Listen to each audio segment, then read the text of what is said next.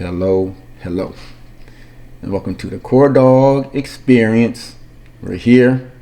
I talk Ohio State Buckeyes, talking Buckeyes from the fans' point of view. So if you're feeling what you're hearing, please hit that like button. And if you enjoy Buckeye content in general, please subscribe. Help a brother grow this thing out. Enough said. Michigan, Ohio State. That game did not go as I thought it would go. You saw my previous thing. I predicted us to win. I'm a homer, unapologetically so. I thought we would win. I thought the team was getting better. They were gelling. And I thought they were hitting their stride at just the right time in the season. And I honestly thought we were going to go up into Ann Arbor and pull out the win. But it was not to be. It was not to be. My keys to the game were simple. I didn't run a bunch of X's. No strategy, not a bunch of... It's just simple. Kyle McCord managed the game. No turnovers. And y'all know I talk about the hate Kyle McCord gets. I've been defending my man, and I said all he had to do is manage the game, don't commit any turnovers. That first INT was basically the difference in the game.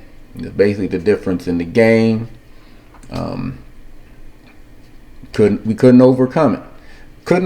But hey, it's not gonna go all on Kyle McCord. This is a team game. McCord had his issues. O-line had its issues. The play calling had its issues. The defense had its issues. It was a team effort in this loss. And plus they were up against it anyway, going up to Ann Arbor and all the victimhood stuff that they were playing. So it was a really emotional game for them. They was sort of a validation on their part in this whole cheating stuff because, they the victims and all of this, and they played that to the tilt. They played it. They wrote their emotions on it, and they played it to a T. With that said, we still had a chance to win that game. Still had a chance. We had the ball inside their 30, heading in, under a minute to go, and our man was breaking open. A split, a game of inches, game of seconds. If our offensive line could have held up for a second longer, McCord hits Harrison, and who knows what happens. Game of inches, game of seconds. Their first touchdown, interception, touchdown. It went touchdown for Michigan. And it seems like in these types of games, just that one call or so that always seems to go against Ohio State. And I ain't blaming our loss on the call or anything, but it always seems like there's that one call in some of these big time games that end up costing us. The Trevor Lawrence game, the targeting call that shouldn't have been a targeting, the fumble that was a fumble that got called back, went against us. Georgia game, the targeting call that got overturned. So just always something. Always that one call that seems to we can't overcome.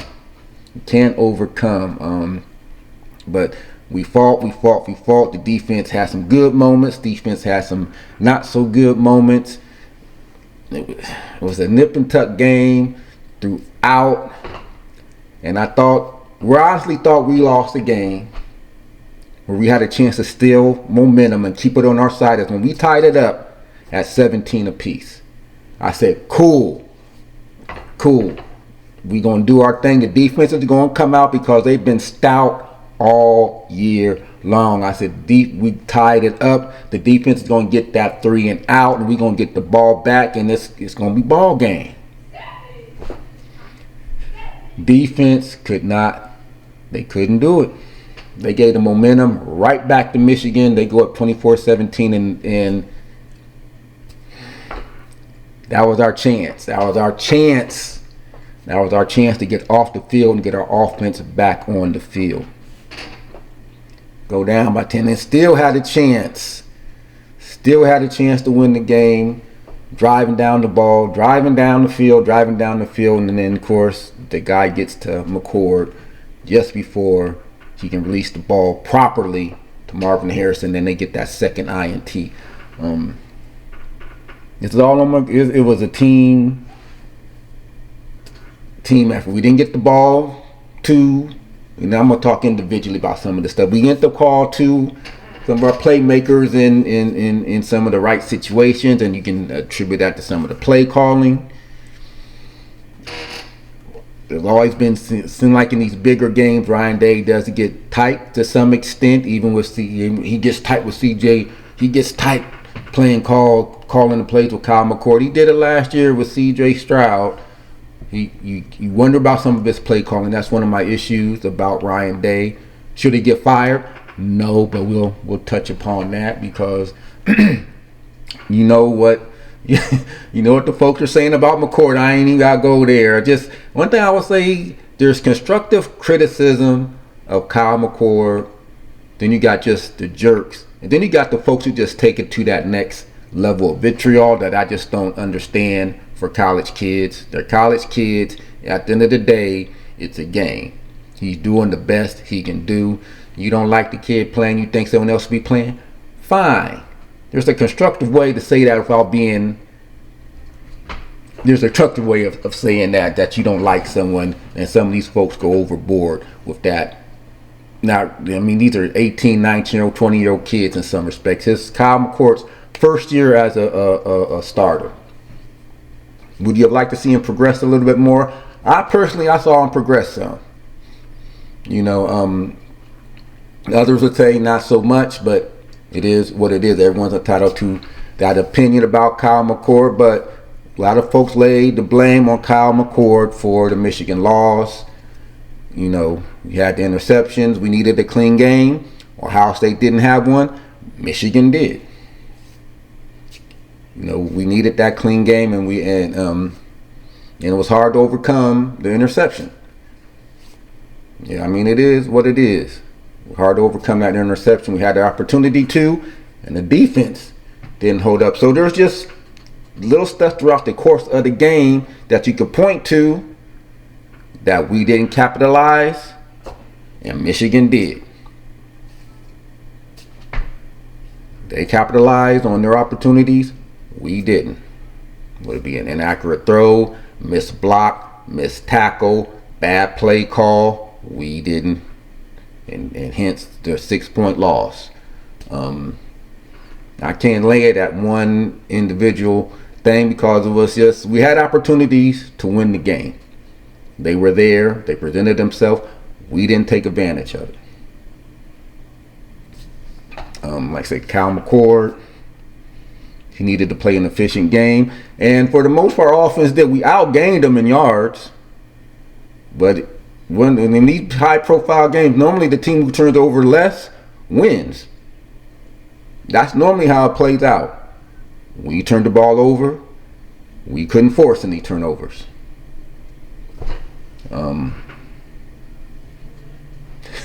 It's debatable. Without an interception, I don't know. It got called a touchdown, but it was going to be a tough game. Period. It was going to be a tough game given everything that Michigan had going on their end. You knew they were going to be super hyped, super energized, and they got the demons to exercise their own. They still haven't won the playoff game, so I'm sure they're looking forward to that. So we're going to see how that goes moving forward, because I think they're in regardless of what happens in the championship game with Iowa. And honestly, do you guys see Iowa beating Michigan? Hell, I could go get 10 guys right now. We could probably stop Iowa's offense. I'd go run down the block. You gonna play some defense real quick? We could probably stop Iowa offensive.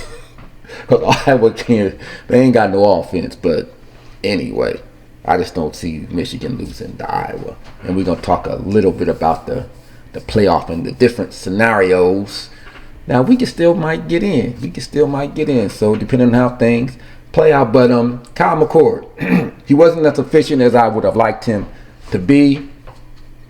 And hopefully he can improve on that next year if, and this is something I was brought up, because I'm assuming there's going to be a quarterback battle if he doesn't transfer, if Devin Brown doesn't transfer, because that's what everyone's saying. We need to get rid of McCord. Hey, if Devin Brown, if he's still here, or Lincoln can beat him out, who knows? But I don't think, as much as I defended Kyle McCord, I don't think he's cemented in for next year. But that's next year. And we'll see how that quarterback battle plays out, because it was as close as they say it was this year. Now Devin Brown got some more time under his belt. And we'll see how that plays out for next year. And if Kyle McCord's still your quarterback, y'all just need to shut up and let Ryan Day does what he does, okay? That's all I'm saying about Kyle McCord. Could he have played better? Yes. And that goes across the board. Could the offensive line have played better? Yes. If they make that block on that last drive, hold your block a second longer, who knows what happens? Who knows how that plays out? Defensively, this is where, as much of the stuff that McCord gets and stuff, the defense is where I thought we could lay our hat on in this particular game. And ultimately, the defense has been great all year, but when we needed them the most, yeah, they held Michigan to some field goals that gave us an opportunity to stay in the game. But like I said, when we tied it at 17, that's when we needed the defense the most. We needed them to get a stop. We needed them to force a punt, and they couldn't do it when we needed it the most. Because if we had forced a punt right after we tied it up and we were able to go down and get field goals, any type of points whatsoever, where we actually saw us in front of Michigan. So let's face it, we haven't been in front of Michigan on the scoreboard in quite some. It's been a minute for us to look up and see us in front of Michigan, and it pains me to say that. It pains me to say that, but it would have been nice to look up on the scoreboard, for our players to look up on the scoreboard and see we're actually leading Michigan. And now it's the opportunity for our defense to get off the field. And we tied it up at 17 apiece, and they couldn't do it. Gave all the momentum right back to Michigan. To me, that was one moment, in my opinion, that's where the game was actually lost, when we let them go right back down and score a touchdown. Because it's hard to keep fighting back, because you nearly got to be perfect. You got to keep fighting back. Interception aside, in that first half, we had came back, we tied it up. It was time for the defense now to make the stop. And our defense couldn't do it. Hats off to Michigan. You gotta give credit where credit due. Michigan, they played a good game. As much as it pains me to say it, as much as I hate to say it, still doesn't take the taint off the wins the other 2 years. But hey, they played a game. They played a good game. Played without their head coach. You had the assistants doing stuff. So kudos to Michigan. Some say they outcoached Ryan Day. I don't know. Still got to execute some of the plays that were called. Like I said, I think you can say that with any coach, any team, any fan base, they're going to say it about their coaches. And some of the plays they call at certain junctures of the game, it's going to leave your head scratching or scratching your head. And the Michigan game was no different. There's some play calls there, some situational stuff that, like, why are we doing that, or why are we not doing this? How come we did? It's just stuff there that makes it easier for folks to say, fire Ryan Day. It's just beyond me, but yeah, fire Ryan Day, because you knew it was coming. They had already started it before the game. If Ryan Day loses this, is he gonna lose his job? They were already saying it. Not just our fan base. You had TV commentators say, just everyone. If Ryan Day loses this, he gonna be on the hot seat. You know how dumb Ohio State would look if they were to even think about firing a man that has the highest winning percentage against ranked teams than any other coach. This man, since he's been coaching, has been in the playoffs 3 of the 5 years he's been coaching. Got a chance to go back this year. If things line up correctly, he might find himself back in the playoffs.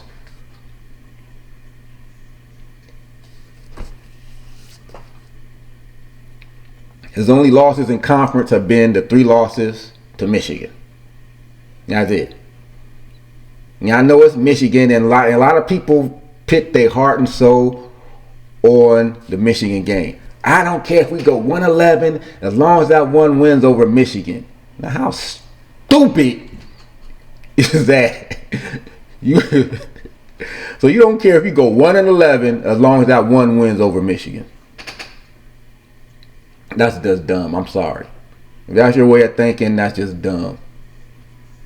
Michigan, that's the cream of the crop. That's the game we gotta win. I get it. But Michigan ain't at the end all, that be all when the grand picture of things, especially moving forward with the 12-team playoff. Because Michigan ain't always been Michigan that Ryan Day is facing. And I tried to bring this up in some of the chats when this would be brought up. People say, fire Ryan Day, he not Urban Meyer, bring back Urban Meyer. Then, you gotta look at Urban Meyer's record. Urban Meyer was 7-0, ain't taking nothing away from Urban Meyer. He did his thing against Michigan. But let's look at some of those Michigan teams that Urban Meyer had the opportunity to go up against. 3 of those Michigan teams were unranked. Another two of the Michigan teams were ranked outside the top 10. I think one was ranked 12, another was ranked number 20. Only 2 of his 7 wins came against Michigan teams that are ranked in the top 5. And he won them. He won all 7 of his games. I'm just going to put the stuff in perspective. With those Lloyd Carr teams, Jim Harbaugh, cheating scandal aside, he's done more in college football on the totality, college pros. He's a better coach than Lloyd Carr and some of the coaches that Urban Meyer was going up against. Now, keep things in perspective. Ryan Day's facing a much tougher Michigan team than what Lloyd Carr had to face. Than what Urban Meyer had to face. And quite frankly, I ain't gonna say Jim Tressel because we had the legendary number 1, number 2 matchup. But Urban Meyer, he had some very Michigan teams that were just bad. Like during the Urban Meyer era, who were the teams that gave us the most problem? Penn State and Michigan State. And plus, Urban Meyer couldn't beat the unranked teams. So Iowa and Purdue on the schedule, who knows what's going to happen?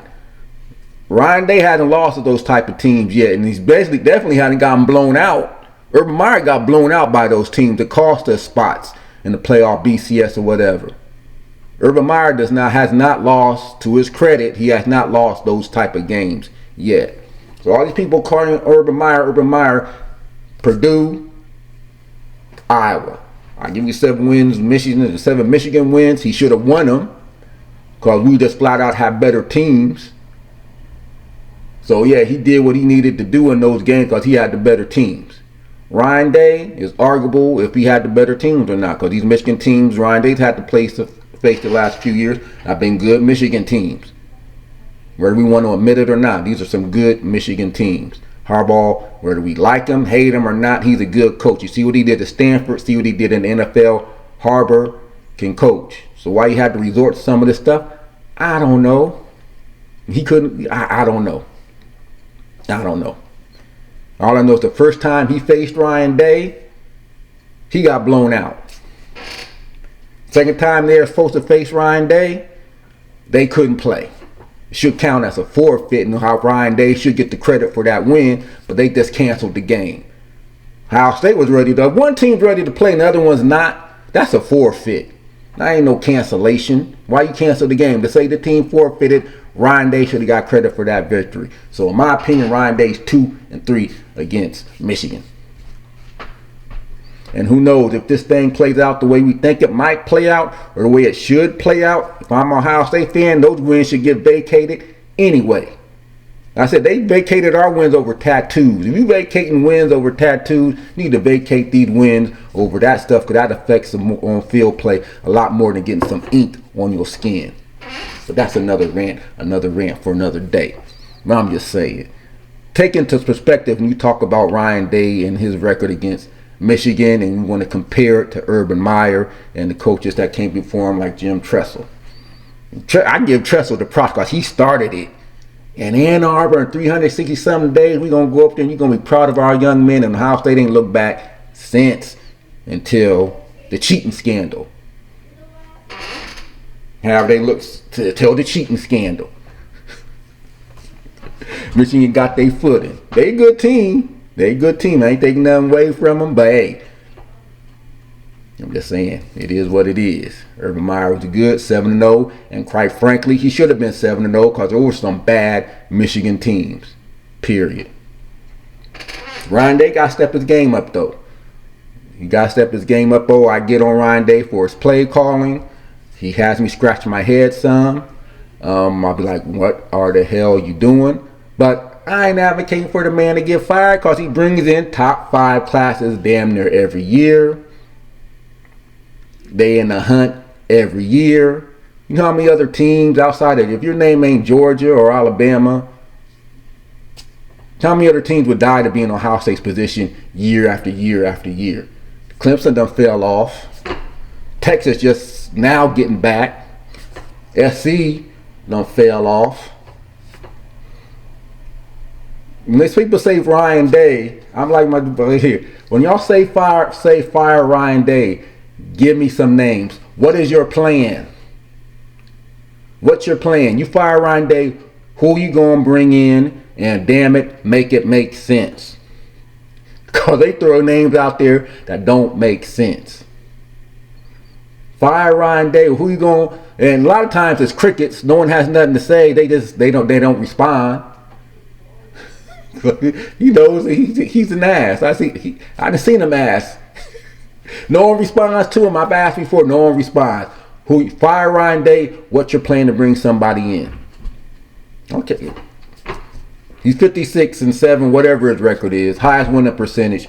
What right coach in their right mind is going to come into that type of situation where you're firing somebody who has this winning percentage, the highest ranked winning percentage against ranked teams that made the playoffs, but over the 3 out of the last 5 years, a chance to go again. He done made the playoffs damn near every year. What coach is going to come into that you can legitimately get and make it make sense? Because that standard is just super high. You damn near got to be perfect. You damn near have to be perfect if you want to come. If that's the standard we holding our coaches to, you know, if you can go 11-1, but if that one loss is to Michigan 3 times in a row, it's John Cooper 2.0. John Cooper couldn't beat Michigan, but John Cooper couldn't win bowl games either. That's why Cooper got fired.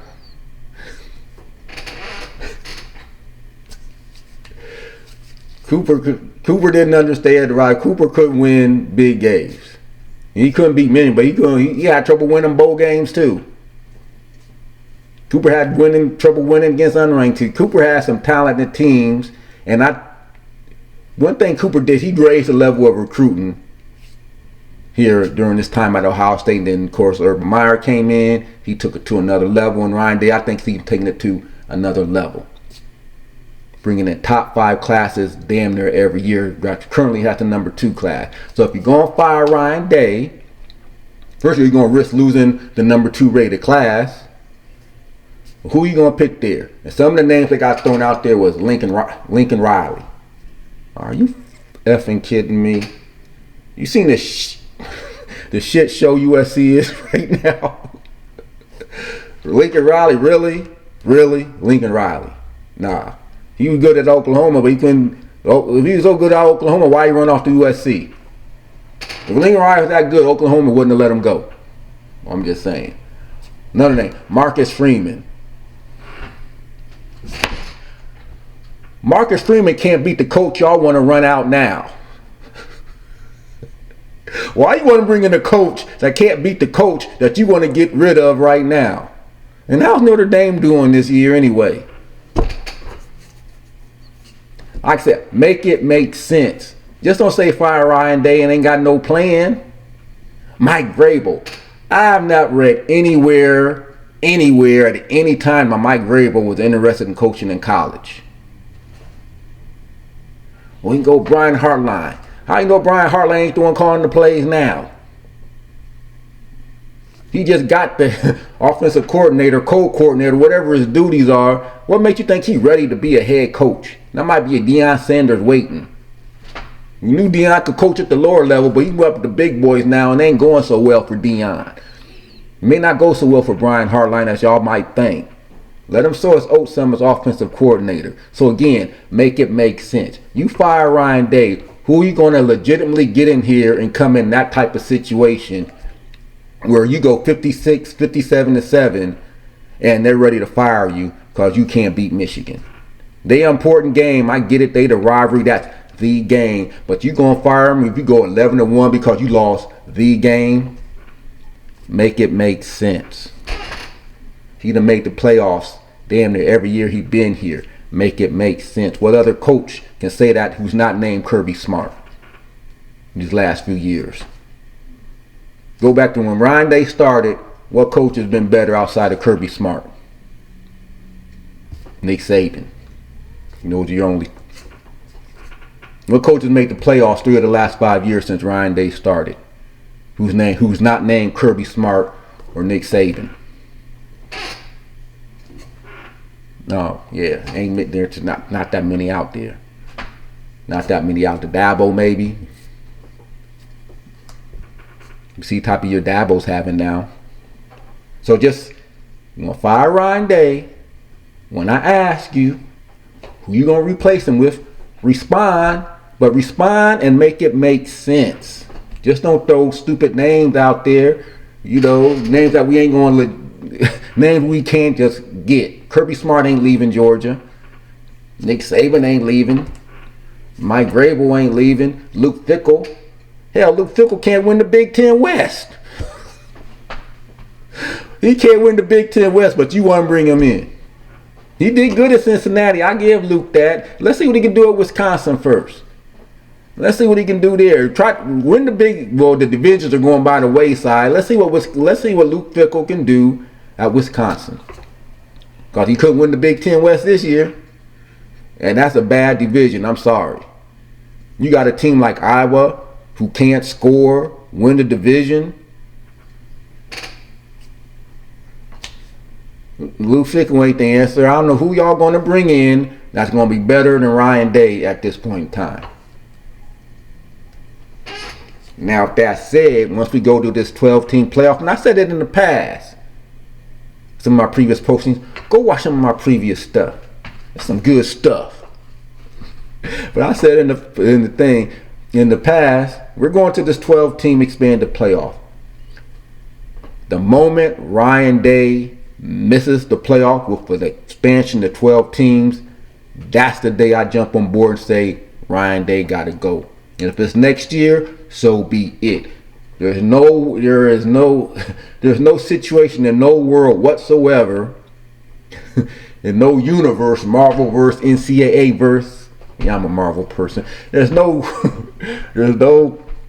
sense of reality where Ohio State should ever miss a 12-team playoff. The moment that happens, yeah, Ryan Day got to go. I can. It's hard to.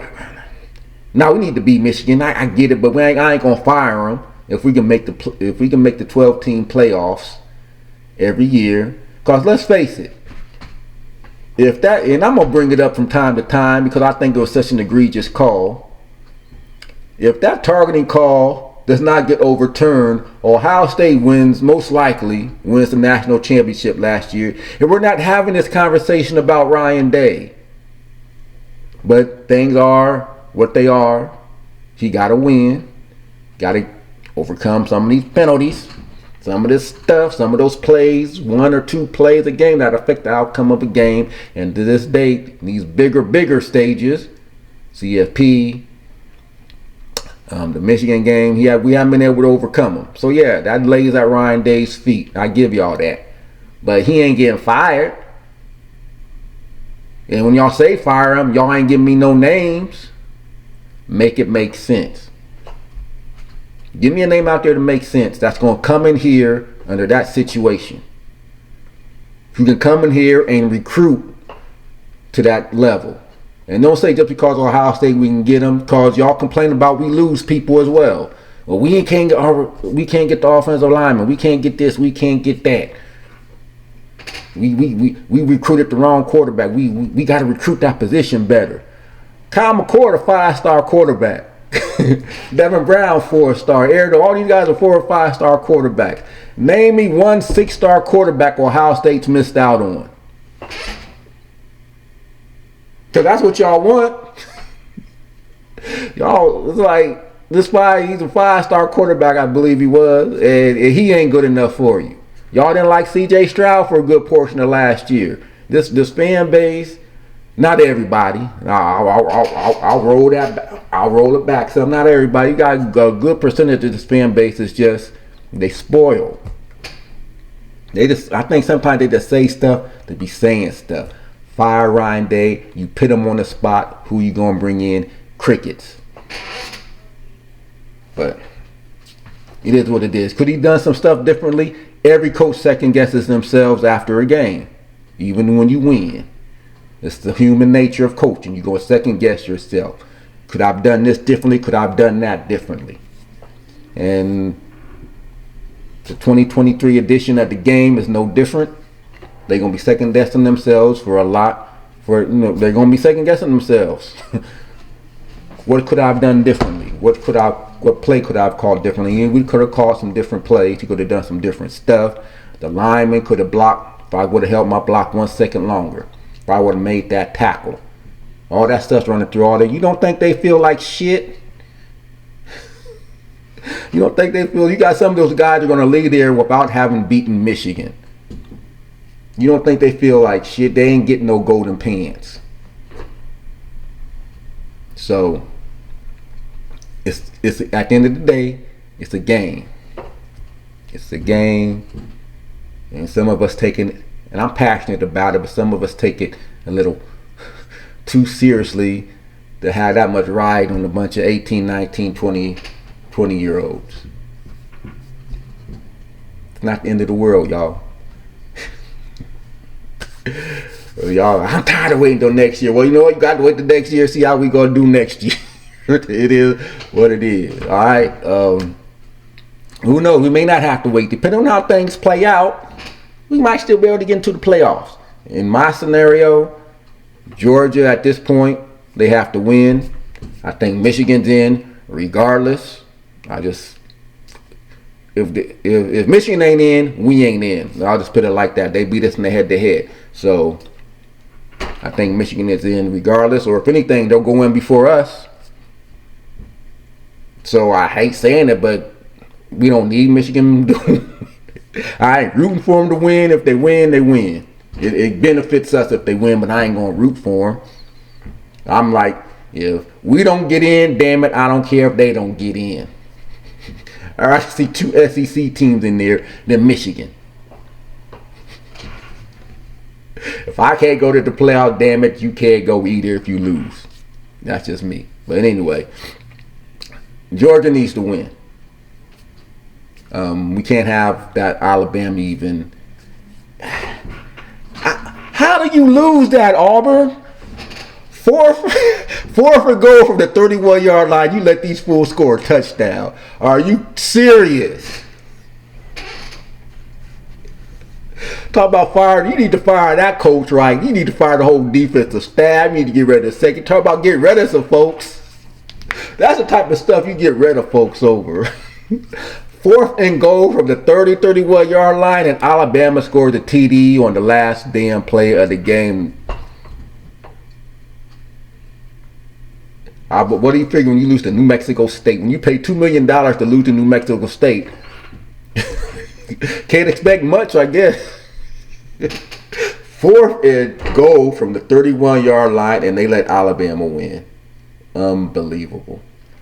But anyway, Georgia got a win. I think Michigan, like I said, I don't see Iowa beating Michigan.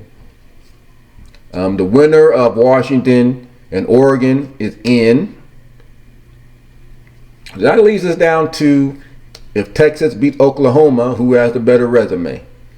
They'll have a Big 12 championship. They are beating whoever the opponent is in the Big 12 championship game.